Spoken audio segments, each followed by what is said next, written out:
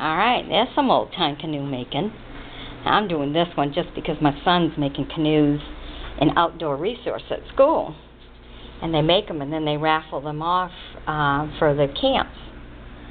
So he's going to really like, never seen the sail on the canoe though. So he'll be interested to look at this video. Look at that. Isn't that neat? Look at that. Look at that one. They sure make them different now. This is when they use the bark to make it. Oh my goodness, and look how it gets all stitched up. Oh, he's going to find this so interesting to see. Look at that.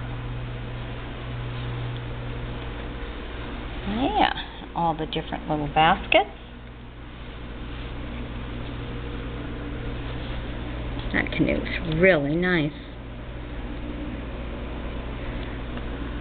There you go. Canoe making.